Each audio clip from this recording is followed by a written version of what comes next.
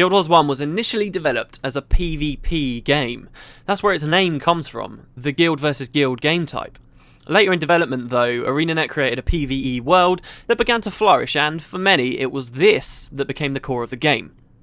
But PvP in Guild Wars was always a massive deal, offering one of the best, arguably, MMO player versus player experiences for its time. Guild Wars 2 is going to try and pick up where the first game left off, but these are very different games. While there's been a lot of talk and speculation about the game becoming an esport and being absolutely amazing, there's been just as much about a few key areas where it could fall flat on its face. In particular, the down system's got a lot of attention lately with regards to PvP, and there are some pretty valid concerns there.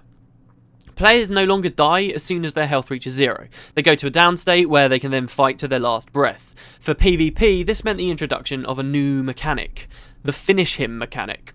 This means that in order to defeat a downed player, you've got to get right up next to them and perform a really flashy finishing move that knocks them out of the battle. If you don't do that, then they'll continue harassing you from the floor until an ally then brings them back up to life. So the first concern that people have with this is that because everyone has this cushion to save them whenever they die, you're no longer getting those exciting moments where someone pulls off a sweet shot from a rooftop to finish off a fleeing enemy.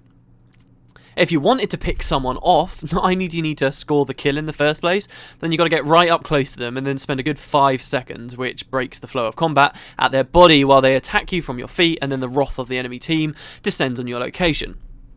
Because that's so hard to pull off, people are asking whether will the game really cater to those exciting risk-reward plays. A big part of the problem is that finish him is exclusively melee range. You've got to get right up next to them and press F. So there have been some requests that people are saying for the same ability, but to be able to use it from a distance, which would help. But I do have to wonder whether the fact that player deaths will be rarer now simply means that actually it's going to be that much more exciting when someone does pull off a kill. I guess the worry is that the only time kills will ever happen is when you've got big team fights in the middle, and anything else that goes on the map are just going to be stupid little scuffles that never result in anything.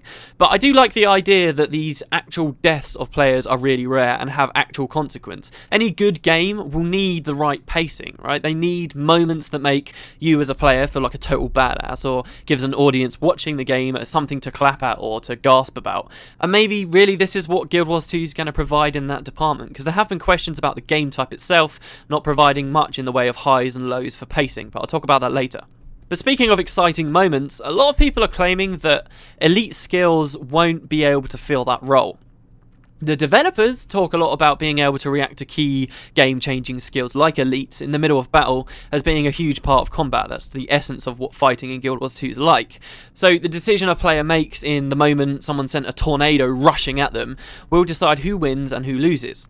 But the main complaint I hear with this is that there's going to be no excitement because where elites are so powerful, everyone's just going to mindlessly use their elite skill in response to everyone else's. So there's no interesting decision to be made there. But I've never really understood this mentality. Look at MOBA games. I mean, they tend to do really well, and they use a very similar concept to elite skills. And really, if anything, the most exciting part of those games, of those matches, is when you have these massive fights and suddenly everyone's throwing everything they've possibly got, and you've got no idea who's going to win, and just everything explodes, and then it all kind of calms down, and you see the results. I think that's a really exciting part of fights. So I think this is just another situation where it's been easy for us to jump to conclusions. We think that we're going to be casting elite skills on recharge, but that won't necessarily be the case. It's certainly not in other games with similar mechanics, and I think it's definitely a leap to say that elite skills reduce the complexity of combat when so much relies on the proper execution of them. I think the main thing, though, that people are pointing out is that Guild Wars 2's only got one game type, Conquest, while the first game had a good 10 or so game types, and it had dozens and dozens of maps that you could play those on. But Guild Wars 1 had its flaws, and we keep looking back to Guild Wars 1, but it did have its own problems. The truth is that a lot of those original game types were dead formats for a very long time, or they were unbalanced and are still unbalanced, or they were just not really fun to play or rewarding to play. Because as more modes were added, more balance issues arose across those modes.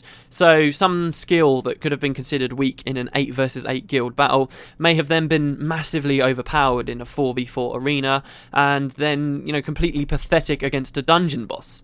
The developers did later fix the issue partly by splitting skills into different PvP and PvE versions, allowing them to be balanced depending on where the player was. But it's not feasible to have individual versions of skills for every single game type. To fix the problem completely, Guild Wars 2 still splitting skills into PvP versions, but it's only got one comprehensive, finely tuned type of PvP. Honestly, I don't think the main complaint should be that there's not enough variety in the game's PvP. Was variety worth it in Guild Wars 1 when the other game types were nearly always broken or you didn't want to play them anyway? Most good competitive PvP games out there, they really only have one or need one strong game type to succeed. So I like the idea that ArenaNet will be able to focus solely on Conquest and they can make that one game type as good as it can be. You just need to make sure that Conquest itself has sufficient depth so that interesting things can happen in each game, so there's something different to see each time. And now we really get to the real problem. Does Conquest have that depth? The concept is that 2 teams of 5 will compete over locations on a map. Holding those locations and killing opponents awards points, and the first team to 500 points wins.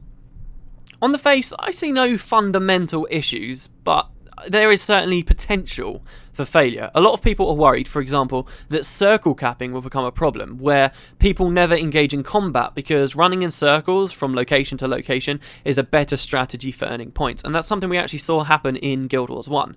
And the opposite could also happen, where nobody cares about objectives at all because they'd rather play in a straight up deathmatch where there's no strategy at all, and that's the best way to get points.